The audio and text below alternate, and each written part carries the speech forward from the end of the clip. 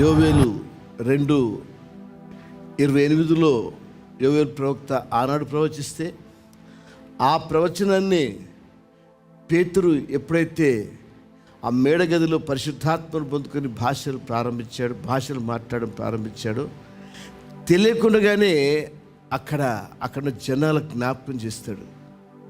వీరు క్రొత్త మద్యంతో నిండి ఉన్నారు, వీరేదో తాగుబోతులుగా కనిపిస్తున్నారని అక్కడ ఉన్నటువంటి వాళ్ళంతా వారి మీద కామెంట్ చేస్తూ ఉంటే పరిశుద్ధాత్ముడు ఆగలేక పేతురుతో పలికిన మాట, అయ్యా మీరంతా మర్చిపోతున్నారేమో, ఈరోజు ఈ అంత్య దినాల్లో క్రీస్తు వచ్చి తాను మరణించి మనందరి కోసం రక్తం కార్చి మనందరినీ విమోచించి ఆయన తన తండ్రి సన్నిధానానికి ఆరోహణుడే వెళ్ళిపోతూ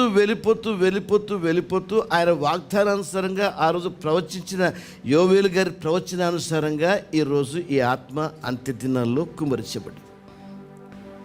అపొస్తలుల కార్యములు 2:17 ఈ వాక్యం మీకు ఉంటుంది. సో ఆ వాక్య ప్రకారంగా అక్కడ పేతురు అక్కడ ఉన్నటువంటి ఆ సంకోచాన్ని ప్రకటించినటువంటి ఆ యొక్క అనుమానాన్ని ప్రకటించినటువంటి వారిని తక్కువ అంచనా వేసినటువంటి వారందరి మధ్య పేతురు ఆ రోజు ఈ వాక్యాన్ని బోధించాల్సిన అవసరం వచ్చింది. యోవేలు ప్రవచన గ్రంథాన్ని తీసుకొని మాట్లాడాల్సిన పరిస్థితి ఎందుకు వచ్చిందంటే తన